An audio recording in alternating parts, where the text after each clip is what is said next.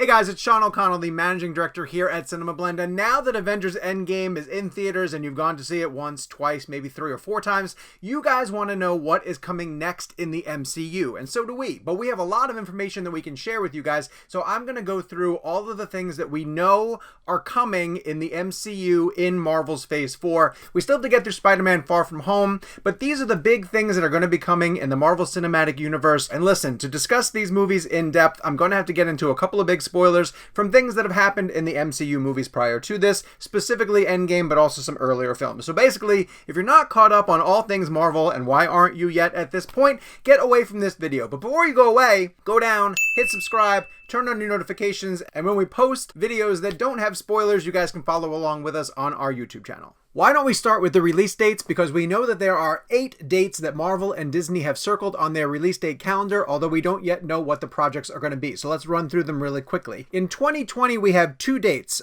May of 2020 and November of 2020. There are 3 in 2021. We have February of 2021, May, and then November. And then going into 2022, we're back up to 3 releases as well, February, May, and July. Now, there's 2 things of importance to note when listing these 8 release dates, is that 2020 is going to be the first time in a really long time that we only have 2 Marvel movies coming out, one in May and then a long break until we get one in November. And it is worth noting that Marvel seems to like these release date patterns where they strike early with February, where they proved to have a huge hit with Black Panther. Then they love kicking off the summer season with a May release, so you see May 7th and May 6th of those 2 years.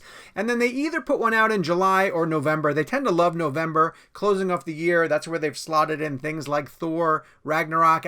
Actually, Thor the Dark World was a November release too. And July, you'll see, like this year, we have Spider-Man Far From Home reaching theaters at the beginning of July. So we have 8 release dates to sort of pair up with titles, and there are 3 movies that are pretty far along in their development. We know enough about them to basically speculate that these will be the next ones that we're going to see in the MCU. Now, nothing has been confirmed, and Marvel President Kevin Feige has always sort of said they're going to wait until after Endgame and Spider-Man Far From Home to officially confirm what's coming. But we know that the Black Widow movie is moving along in terms of its casting and the fact that, well, of course they have Scarlett Johansson in their lead, but they've paired her with 3 exciting actors that we want to see in this movie. Florence Pugh, who was recently in Fighting With My Family, the WWE wrestling drama. Rachel Weisz is going to be joining the Black Widow movie, and then Hellboy himself and Stranger Things co-star David Harbour have been cast in this movie. So this movie is, again, moving pretty far along. They've got their lead. Now, because of what happened to Black Widow in Avengers Endgame, she sacrificed herself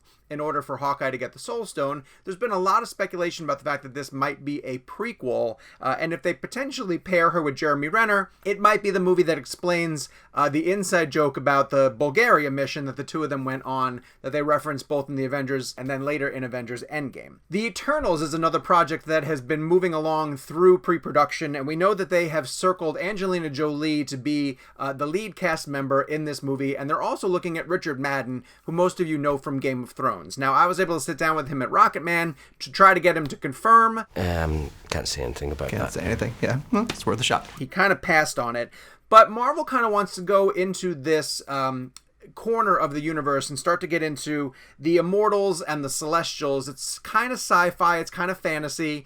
It takes place a long time ago. The Eternals landed on Earth almost 5 million years ago and experimented with sort of prototypical human development, and it turned them into immortals. It's a really dense story that Marvel's going to have to get into with their origins, and if they surround Angelina Jolie with an amazing cast, it could do for the MCU what Guardians of the Galaxy did, and also Captain Marvel, just by exploring a whole nother corner of this universe. So I feel like the Eternals is going to be one of those earlier pictures. Same thing goes with Guardians of the Galaxy Volume 3. Now, that's the movie that I'm pretty sure Marvel really wanted to have in that May 1st, 2020 release date. Then there was the scandal controversy that happened with James Gunn, where he and Disney parted ways, but they eventually brought him back into the fold. If you see how Endgame ended, it basically was setting up where I think the mission for Guardians of the Galaxy 3 was going to go.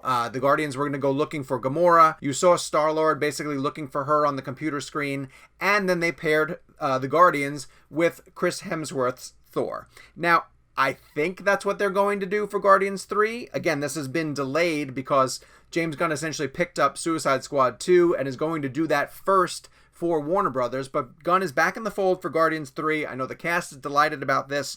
That probably means it's going to move it back into the 2021 slot, the May 7th, 2021 slot, if I had to guess. But it feels like they really wanted Guardians 3 to be that first movie post Spider-Man Far From Home.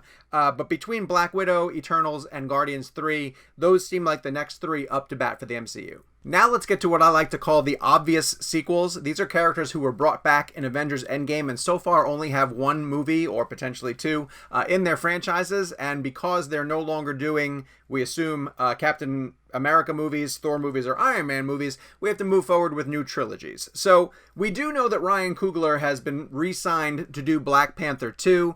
This makes all the sense in the world. Black Panther was a monumental success for the MCU, going so far as to earn itself a Best Picture nomination. It is a behemoth at the box office, and naturally they're going to bring Chadwick Boseman and the entire cast back for Black Panther 2. We just don't know where they're going to slot it into those 8 release dates, but you can count on a return trip to Wakanda for the MCU.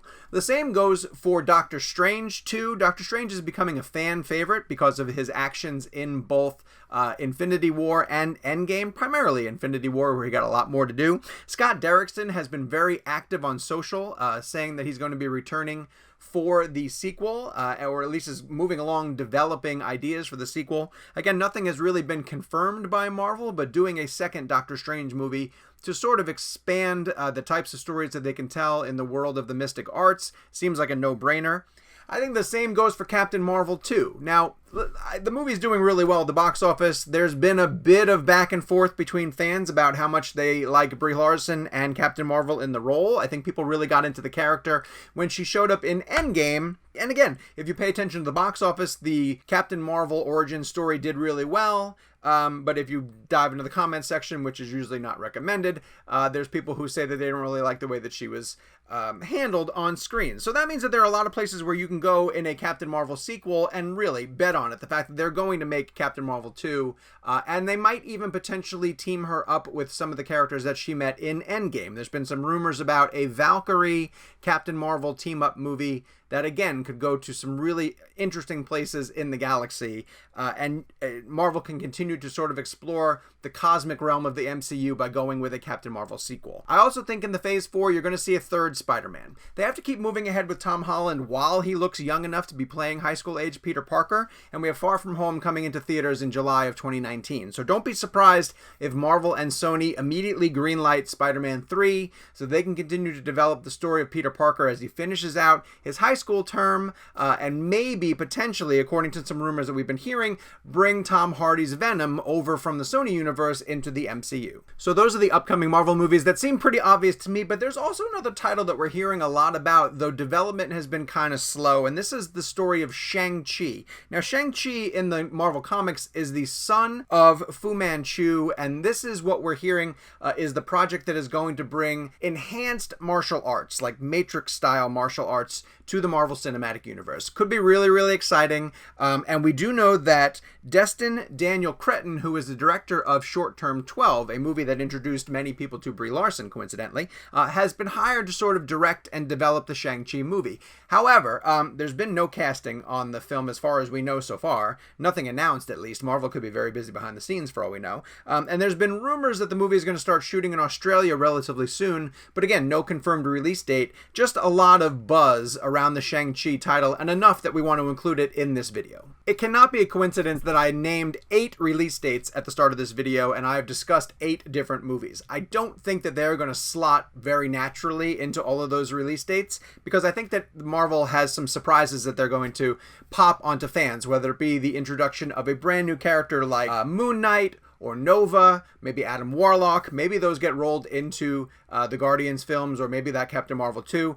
There might even be some places where Marvel wants to go that fans just don't really expect. Could be a Fantastic Four or an X-Men now that the Fox heroes are underneath the MCU as one big banner. I also want to point out the fact that of all the titles that I mentioned here, there has not been a single Avengers movie, and that's because personally I think that after Infinity War and Endgame, the concept of the Avengers movies is going to go on the shelf for a little while, and Marvel will tell almost smaller, individual, character-driven stories before they build to something quite as massive as an ensemble picture like Avengers Endgame was, or any type of Avengers movies. Unless, of course, the Russos want to come back and do Secret Wars, because then, of course, we will be there opening weekend when they decide to tell that story. So that is all that we know about the upcoming Marvel movies, and naturally, all of these details can sort of change at the drop of a hat, because Marvel's going to make a big announcement sometime soon and confirm everything that we basically just speculated on. You don't want to miss that news when it drops, so go down, hit subscribe, turn on your notifications, and as soon as anything major breaks in the MCU, we will be here on CinemaBlend's YouTube page to discuss it.